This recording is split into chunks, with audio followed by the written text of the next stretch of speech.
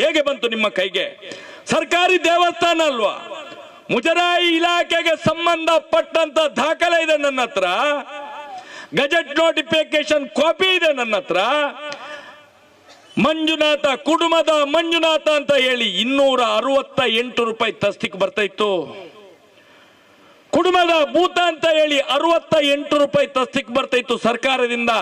ಒಂದು ಸಲ ಸರ್ಕಾರದ ದೇವಸ್ಥಾನ ಆಗಿದ್ದು ಹೇಗೆ ಪ್ರೈವೇಟ್ ದೇವಸ್ಥಾನ ಆಯಿತು? ವಿಶೇಷವಾಗಿ ಕಳೆದ 12 ವರ್ಷಗಳಿಂದ ಹೋರಾಟವನ್ನು ನಿರಂತರವಾಗಿ ಮಾಡ್ತಾ ಬರ್ತಾ ಇದ್ದೇವೆ. ಹೋರಾಟ ಯಾವ ರೀತಿ ನಡೀತಿದೆ ಅಂತ ಹೇಳಿ ಎಲ್ರಿಗೂ ಗೊತ್ತಿದೆ. ಜನಸಾಮಾನ್ಯರ ಮನಸ್ಸಿನಲ್ಲಿ ಅತ್ಯಾಚಾರಿಗಳ ಕಾಮಂದರ ಒಟ್ಟಿಗೆ ಇರುವಂತವರಿಗೂ ಕೂಡ ಗೊತ್ತಿದೆ, ಇಂಥವನೇ ಅತ್ಯಾಚಾರ ಮಾಡಿದ್ದು,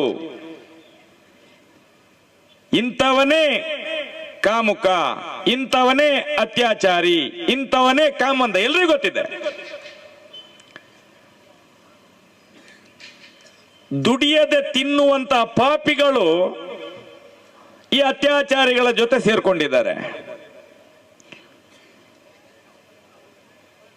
ಎಲ್ಲಾ ರಾಜಕೀಯ ಪಕ್ಷದ ನಾಯಕರುಗಳು ಮಾಡಿದಂತ ತಪ್ಪಿನಿಂದಾಗಿ ಇವತ್ತು ಬಾಯಿ ಬಿಡ್ಲಿಕ್ಕೆ ಗೊತ್ತಿಲ್ಲ, ಅವರಿಗೂ ಗೊತ್ತಿದೆ. MLAಗಳಿಗೆ ಗೊತ್ತಿದೆ, ಈ ದೇಶದ ಪ್ರಧಾನಿಗೆ ಗೊತ್ತಿದೆ, ಈ ದೇಶದ ರಾಜ್ಯದ ಮುಖ್ಯಮಂತ್ರಿಗೆ ಗೊತ್ತಿದೆ, ಗೃಹ ಇಲಾಖೆಗೆ ಗೊತ್ತಿದೆ,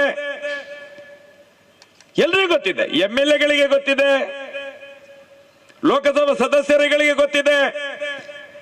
ಯಾಕಂದ್ರೆ 12 ವರ್ಷದಿಂದ ಈ ಹೋರಾಟ, 1 ವರ್ಷ 2 ವರ್ಷ ಮೈಶೆಟ್ಟಿ ತಿಮ್ಮರೊಡಿಗೆ ಕೆಲಸ ಇಲ್ಲ, 1-2 ವರ್ಷ ಬೊಬ್ಬೆ ಹೊಡಿಬಹುದು ಅವನು.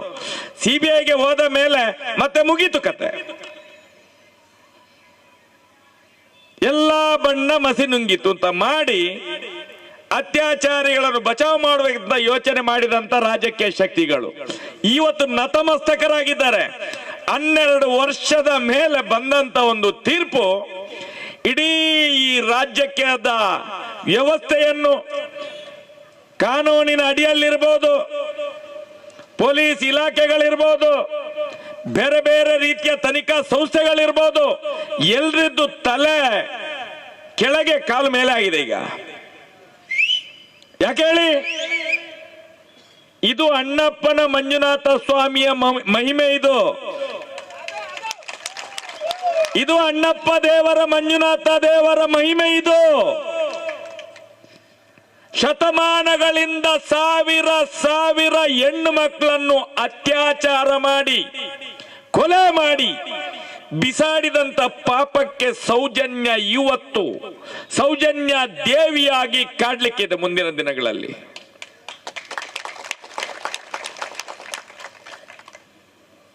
ಎಲ್ಲ ಕಡೆಗಳಿಂದಲೂ ಫೈಲರ್ ಆಗಿದ್ದಾರೆ. ತನಿಖಾ ಸಂಸ್ಥೆಗಳಿರ್ಬೋದು, ಕಾನೂನಿನ ವ್ಯವಸ್ಥೆಗಳಲ್ಲಿರ್ಬೋದು, ಪೊಲೀಸ್ ಇಲಾಖೆ ಇರ್ಬೋದು, ಈ ರಾಜ್ಯದ ಇಂಟೆಲಿಜೆನ್ಸ್ ಇರ್ಬೋದು, ಎಲ್ರಿದ್ದು ತಲೆ ಕೆಳಗೆ ಕಾಲ ಮೇಲೆ ಆಗಿದೆ. ಈಗ ನಾನು ಹೇಳುವಂಥದ್ದು, ಯಾಕೆ ನ್ಯಾಯ ಸಿಗ್ತಾ ಇಲ್ಲ? ಯಾಕೆ ನ್ಯಾಯ ಸಿಗ್ತಾ ಇಲ್ಲ? ಎಲ್ಲ ಮುಚ್ಚಿಸಿದವರೇ ಇರುವುದು. ಮೊನ್ನೆ ಒಂದು ಮನೆ ಮಕ್ಕಳಿಗೆ ಹೋದೆ ನಾನು. ಆ ಮನೆಯಲ್ಲಿ ಒಬ್ರು ತಂತ್ರಿಗಳು ಹೇಳ್ತಾರೆ, ತಂತ್ರಿಗಳು, ಮಹೇಶಣ್ಣ ಕರೆಕ್ಟ್ ನಿಮ್ದು ಸ್ಪೀಚ್ ನೋಡ್ತಾ ಇದ್ದೇನೆ, 75 ವರ್ಷ ದಾಟಿದೆ ನನಗೆ ಈಗ. ನಿಮ್ಮ ಎಲ್ಲಾ ಸ್ಪೀಚ್ಗಳನ್ನು, ನಿಮ್ಮ ಹೋರಾಟಗಾರರನ್ನು, ನಿಮ್ಮ ಸಭೆಗಳನ್ನು ನಾನು ಮೊಬೈಲ್ ಅಲ್ಲಿ ನೋಡ್ತೇನೆ. ನೀವೊಂದು ಮಾತು ಹೇಳ್ತಾ ಇದ್ದೀರಿ, ಕಾಮಂದರು ಅಂತ ಹೇಳಿ. ಅದು ಇವತ್ತಿಂದಲ್ಲ, ಆವತ್ತಿಂದ ಕೂಡ ಕಾಮಂದರೇ. ಶತಮಾನಗಳಿಂದಲೂ ಕೂಡ ಕಾಮಂದರೇ. ಯಾಕಂತ ಹೇಳಿದ್ರೆ ಅವರೊಂದು ಯಾವ ಒಂದು ಇದ್ರಲ್ಲಿ ಹೇಳ್ತಾರೆ, ಮುದುಕರು ಅವರು, ಒಂದು 75 ವರ್ಷ ದಾಟಿದೆ ಅವರಿಗೆ. ಅವ್ರು ಹೇಳ್ತಾರೆ, ಕನ್ಯಾಕುಮಾರಿ ಹುಟ್ಟಿದ್ದೇ ಈ ಜಾಗದಿಂದಲೇ. ಕಲ್ಲುರಾಯ ಅನ್ನುವಂತ ಒಂದು ಬ್ರಾಹ್ಮಣರ ಮನೆಯಲ್ಲಿ ಹುಟ್ಟಿದಂತ ಮಗುವೆ ಕನ್ಯಾಕುಮಾರಿ ದೈವ ಆಗಿದೆ.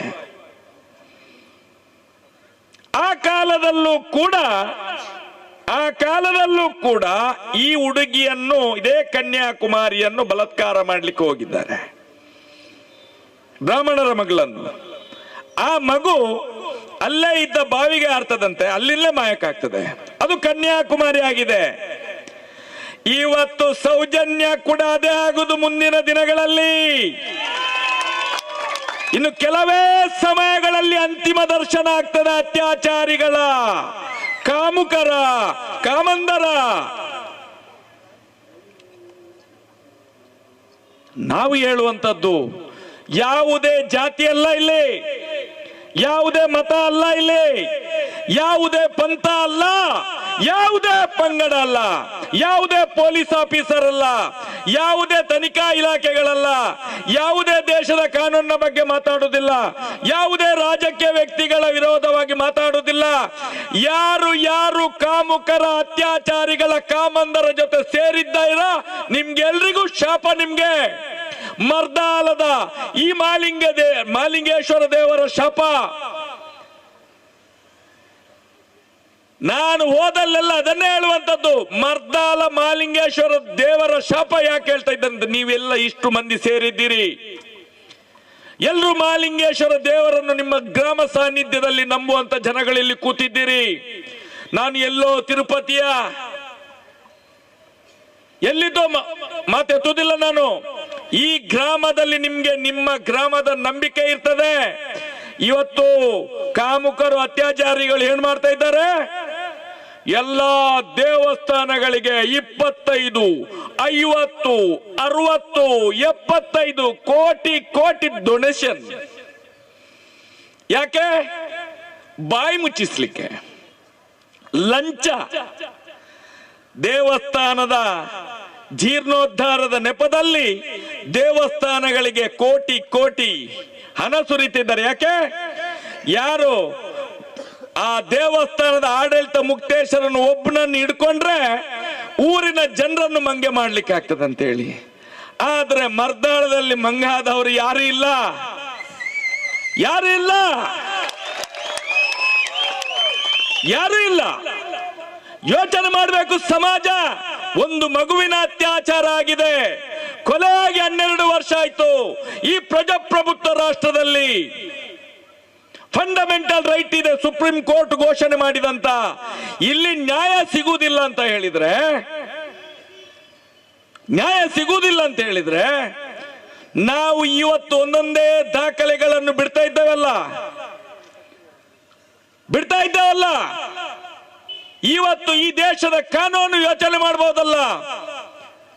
ಯಾಕೆ ಇದು ಹಿಂದೆ ಬರಲಿಲ್ಲ? ಮುಂದೆ ತನಿಖೆ ಆಗೋಗ ಇದೆಲ್ಲ ಸಾಕ್ಷಿಗಳು ಎಲ್ಲಿದ್ರು? ಈ ಸಾಕ್ಷಿಗಳನ್ನು ನಾಶ ಮಾಡಿದ್ದು ಯಾರು? ಯಾವ ಪೊಲೀಸ್ ಇಲಾಖೆ, ಯಾವ ಸರ್ಕಾರ? ಯಾಕೆ ತನಿಖೆ ಮಾಡುವುದಿಲ್ಲ? ಈ ದೇಶದ ಕಾನೂನು ಕೂಡ ರಾಜಕೀಯದ ಕೈಯಾಳಾಗಿದೆ. ಅರೆ, ಪೊಲೀಸ್ ಇಲಾಖೆಯನ್ನು ದೂಷಣೆ ಮಾಡುವುದಿಲ್ಲ.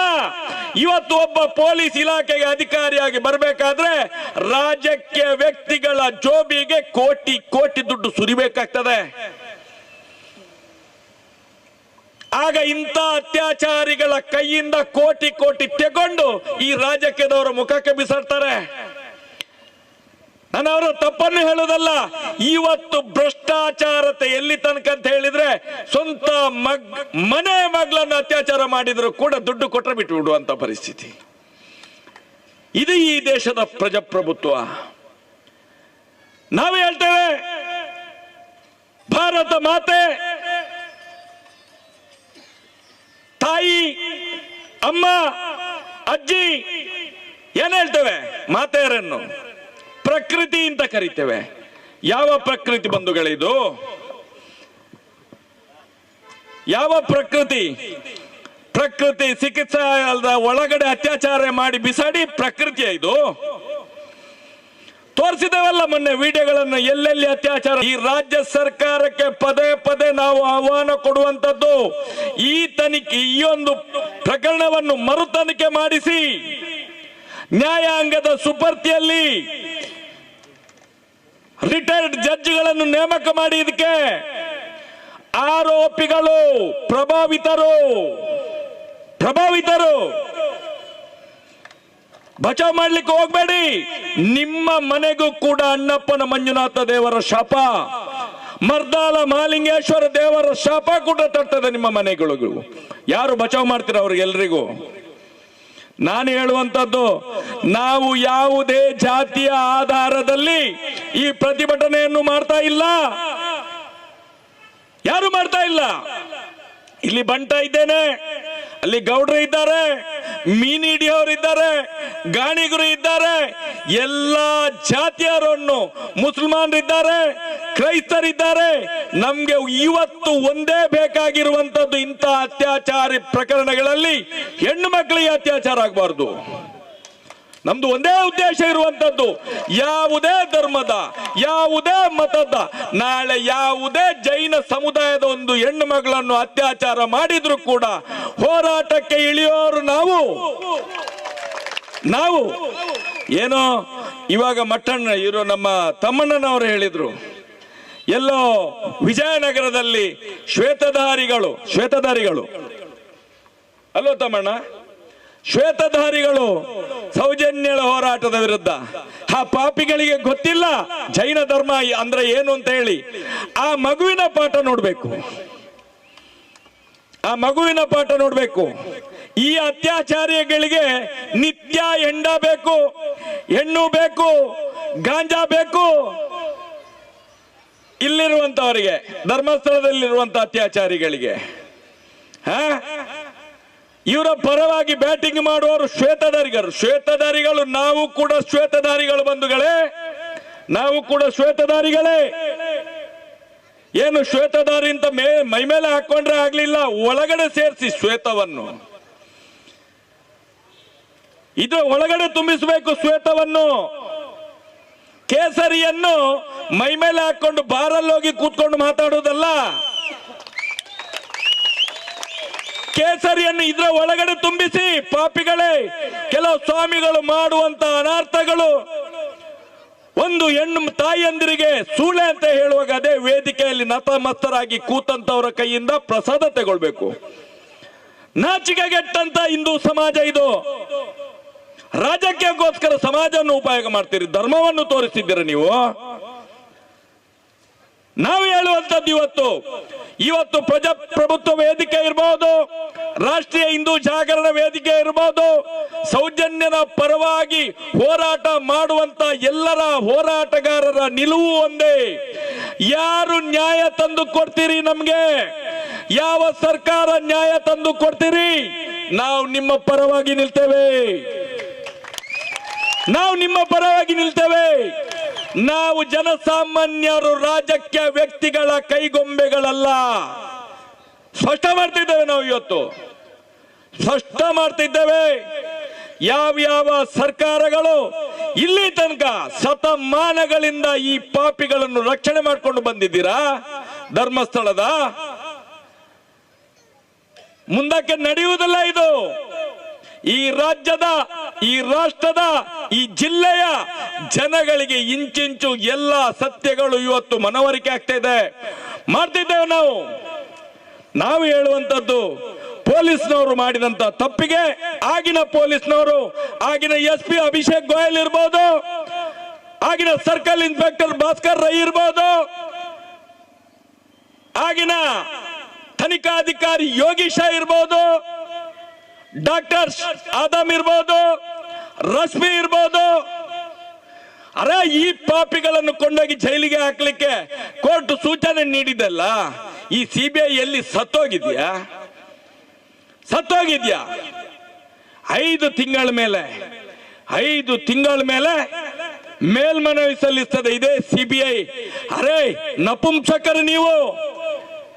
ಒಂದು ಒಳ್ಳೆ ಸ್ಥಾನಮಾನ ಇದೆ ಆ ಇಲಾಖೆಗೆ, ಅದರಲ್ಲಿ ಕೆಲಸ ಮಾಡುವಂತ ಪಾಪಿಗಳು, ಅರೆ ದೊಡ್ಡವರ ಕೈಯಾಳುಗಳೇ, ಲಂಚಕೋರರೇ, ಭ್ರಷ್ಟಾಚಾರಿಗಳೇ, ಧಿಕ್ಕಾರವಿರಲಿ ನಿಮ್ಗೆ. ಇದು ನಿಮ್ಮ ಸ್ವಾರ್ಥದ ಆಸೆಗೋಸ್ಕರ, ನಿಮ್ಮ ಹೆಂಡತಿ ಮಕ್ಕಳಿಗೆ ಸಾಕ್ಲಿಕ್ಕೋಸ್ಕರ ಈ ಸಮಾಜವನ್ನು ಬಲಿ ಕೊಡ್ತೀರಾ?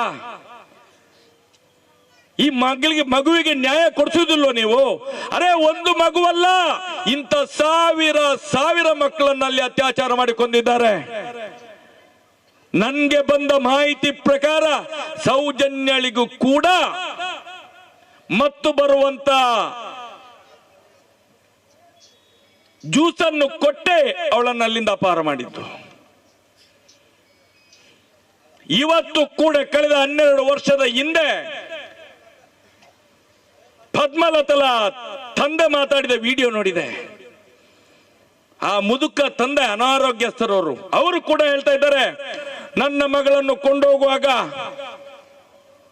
ಆವತ್ತು ನನ್ನ ಮಗಳನ್ನು ಕೊಂಡೋಗ ಎಷ್ಟು 89ರಲ್ಲೇನ 86ರಲ್ಲೇನ ಪದ್ಮಲತನ ಕೊಂಡೋಗ ಅವಳಿಗೆ ಯಾವುದೋ ರೀತಿಯನ್ನು ಮತ್ತಾಕಿದ್ದಾರಂತೆ.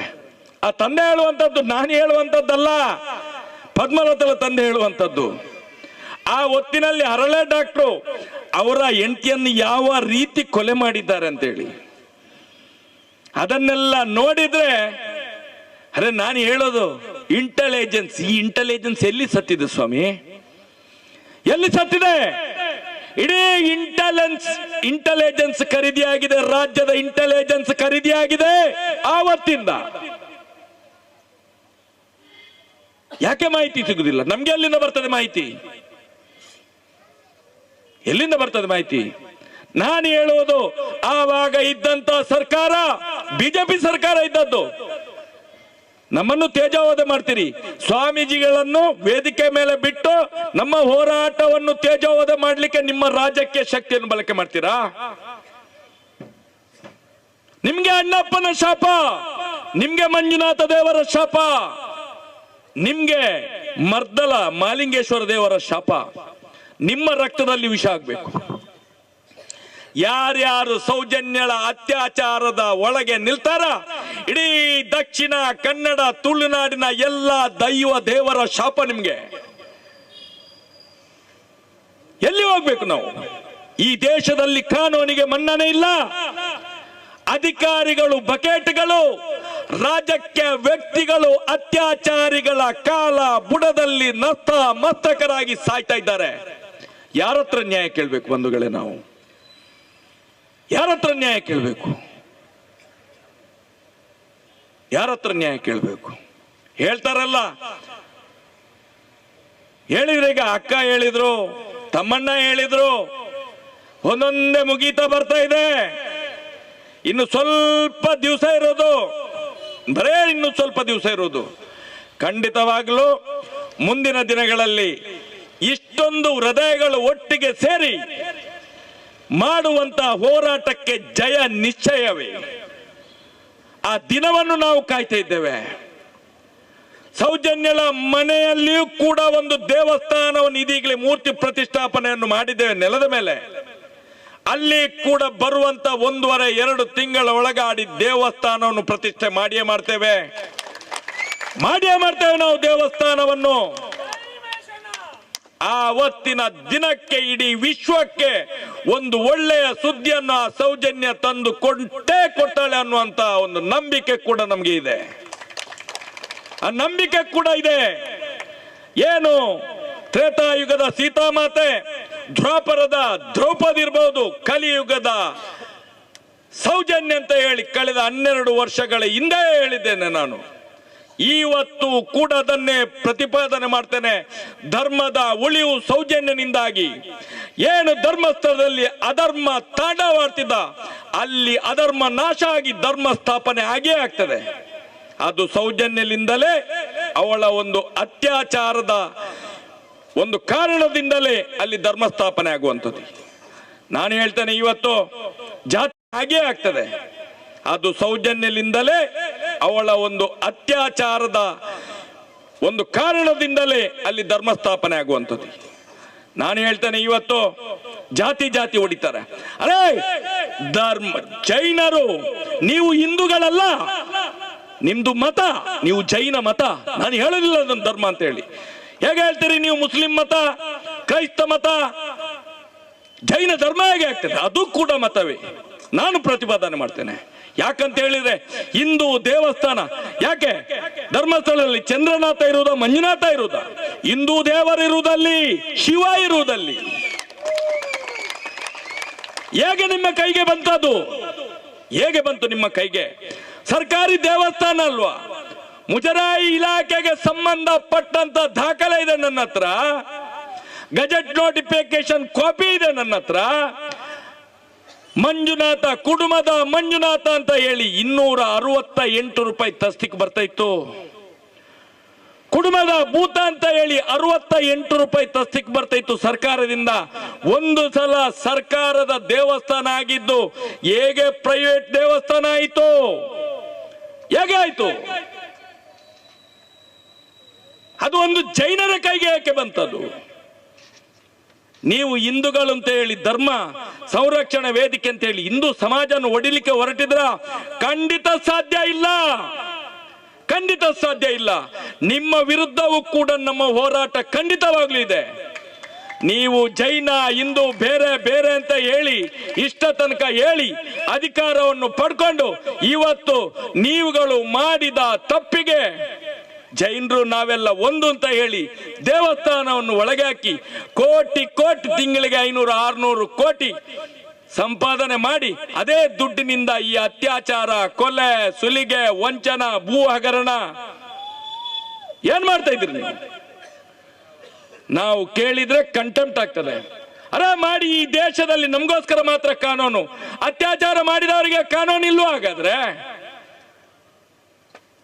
ಈ ರಾಜ್ಯದ ಇಂಟೆಲಿಜೆನ್ಸ್ ಸತ್ತಿದ್ಯಾ? ಹಾಗಾದ್ರೆ ಕೇಳ್ಬೇಕಲ್ಲ ನಾವು. ನೀವುಗಳು ಮಾಡಿದ ತಪ್ಪು, ಪೊಲೀಸ್ ಇಲಾಖೆ ಮಾಡಿದ ತಪ್ಪು, ರಾಜಕೀಯ ವ್ಯಕ್ತಿಗಳು ಮಾಡಿದ ತಪ್ಪು. ನಮ್ಮನ್ನು ಇವತ್ತು ರಸ್ತೆಗೆ ಇಳಿಸಿದ್ದೀರಿ. ಕಳೆದ 12 ವರ್ಷಗಳಿಂದ ಕಣ್ಣಿನ ಮೇಲೆ ಕಣ್ಣೀರು ಇಟ್ಟಿ ಈ ಹೋರಾಟವನ್ನು ಮಾಡ್ತಾ ಇದ್ದೇವೆ. ಎಷ್ಟು ಸಂತೋಷದಲ್ಲಿ ಪಾಪಿಗಳು ಹೇಳ್ತಾ ಇದ್ದೀರಿ, ಕಮ್ಯುನಿಸ್ಟರ ದುಡ್ಡು ಬರ್ತದೆ, ಚೀನಾದಿಂದ ದುಡ್ಡು ಬರ್ತದೆ, ಕ್ರೈಸ್ತ ಮಿಷನರಿಗಳಿಂದ ದುಡ್ಡು ಬರ್ತದೆ. ನಿಮ್ಗೆ ಅಣ್ಣಪ್ಪನ ಮಂಜುನಾಥನ ಶಾಪ ಯಾರ್ಯಾರು ಹೇಳ್ತಾ ಇದ್ದಾರೆ, ನಿಮ್ಮ ನಾಳೆಗೆ ಅಣ್ಣಪ್ಪನ ಪಾದಕ್ಕೆ ಬೀಳ್ಬೇಕು. ಒಂದು ಪೈಸೆ ನಾವು ಯಾವುದಾದರೂ ಮತಾಂತರ ಮಾಡೋರಿಂದ ಯಾವುದಕ್ಕಾದ್ರೂ ಯಾರು ಕೊಟ್ಟದ್ದನ್ನು ಹೋರಾಟ ಮಾಡುವಂತ ಸಂದರ್ಭದಲ್ಲಿ ಇವತ್ತು ಇಲ್ಲಿ ಕೂಡ ಹೋರಾಟ ಮಾಡುವಾಗ ದಾನಿಗಳು ಕೊಟ್ಟಂತ ದುಡ್ಡುಗಳನ್ನು ತಗೊಂಡಿದ್ದಾರೆ. ಅವರನ್ನು ಇವತ್ತು ಗೌರವ ಮಾಡಿದ್ರು. ಅಂತ ದುಡ್ಡುಗಳಂತ ಬಂದ್ರೆ ಧರ್ಮಸ್ಥಳದಲ್ಲಿ ದೇವಸ್ಥಾನದಲ್ಲಿ ಇದ್ದ ಡಬ್ಬಿಯಾಗೆ ಕಾಸು ಬರುವುದಿಲ್ಲ. ವರ್ಷಕ್ಕೆ 500-600 ಕೋಟಿ. ಇವತ್ತು ಹೋರಾಟಗಾರರು ಮಾಡುವಂತ ಹೋರಾಟಕ್ಕೆ ಇಲ್ಲಿಯ ಖರ್ಚಿಗೆ ದುಡ್ಡು ಬರುವುದಿಲ್ಲ. ಮರ್ದಾಲದಲ್ಲೂ ಕೂಡ ಧಾರ್ಮಿಕ ಭಯೋತ್ಪಾದನೆ, ಧರ್ಮವನ್ನು, ಜಾತಿಗಳನ್ನು ಒಡೆಯುವಂತ ಕೆಲಸವನ್ನು ಮಾಡ್ತೀರಿ ಕಾಮಂದ. ಇದು ಜಾಸ್ತಿ ದಿವಸ ನಡೆಯುವುದಿಲ್ಲ. ನಿನ್ನ ಆಟ ಜಾಸ್ತಿ ದಿವಸ ನಡೆಯುವುದಿಲ್ಲ ಕಾಮಂದ. ಏ ಅತ್ಯಾಚಾರಿ, ನಡೆಯುವುದಿಲ್ಲ ಇದು. ಮುಂದಿನ ದಿನಗಳಲ್ಲಿ ಇದಕ್ಕೆ ಉತ್ತರ ಈ ದೇಶದ ಕಾನೂನು ಕೊಡ್ತದೆ. ಇಲಾಖೆಯು ಕೊಡಬೇಕು, ರಾಜಕೀಯ ವ್ಯಕ್ತಿಗಳು ಕೊಡಬೇಕು. ಇಲ್ಲ ಇದ್ರೆ ಮಂಜುನಾಥ ಸ್ವಾಮಿ, ಅಣ್ಣಪ್ಪ ಸ್ವಾಮಿ ನಿಮ್ಮ ಮನೆ ನುಗ್ತಾರೆ. ಜಾಗ್ರತೆ ಮಾಡಿ ಅಂತ ಹೇಳುವಂತ ಎಚ್ಚರಿಕೆ ಇರಲಿ ನಿಮ್ಗೆ. ಮತ್ತೊಂದು ಸ್ಪಷ್ಟಪಡಿಸ್ತೇನೆ, ಯಾವುದೇ ರಾಜಕೀಯ ಪಕ್ಷಗಳು ಸೌಜನ್ಯಕ್ಕೆ ನ್ಯಾಯ ತಂದು ಕೊಟ್ರೆ ಬೀದಿಯಲ್ಲಿ ನಿಮ್ ಜೊತೆಯಲ್ಲಿ ಹೋರಾಟ ಮಾಡ್ತೇವೆ ನಾವು, ನಿಮ್ ಜೊತೆಯಲ್ಲಿ ಬರ್ತೇವೆ ನಾವು. ನಮ್ದು ಒಂದೇ ಉದ್ದೇಶ ಇರುವುದು, ಸೌಜನ್ಯಗಳಿಗೆ ನ್ಯಾಯ ಸಿಗ್ಬೇಕು, ಧರ್ಮಸ್ಥಳದಲ್ಲಿ ಅಧರ್ಮ ಅಳಿಬೇಕು, ಧರ್ಮ ಸ್ಥಾಪನೆ ಆಗ್ಬೇಕು. ಒಂದೇ ಗುರಿ ಇರುವಂತದ್ದು. ಯಾವುದೇ ರಾಜಕೀಯ ಪಕ್ಷ ಆಗ್ಲಿ ನ್ಯಾಯ ಕೊಟ್ಟವರ ಜೊತೆಯಲ್ಲಿ ನಾವು ನಿಲ್ತೇವೆ ಅನ್ನುವಂತ ಮಾತನ್ನು ಹೇಳುತ್ತಾ, ಹೆಚ್ಚಿನ ವಿಡಿಯೋಗಳಿಗೆ ಪ್ರತಿಧ್ವನಿ ಯೂಟ್ಯೂಬ್ ಚಾನೆಲ್ ಸಬ್ಸ್ಕ್ರೈಬ್ ಮಾಡಿ, ಬೆಲ್ ಐಕಾನ್ ಕ್ಲಿಕ್ ಮಾಡಿ.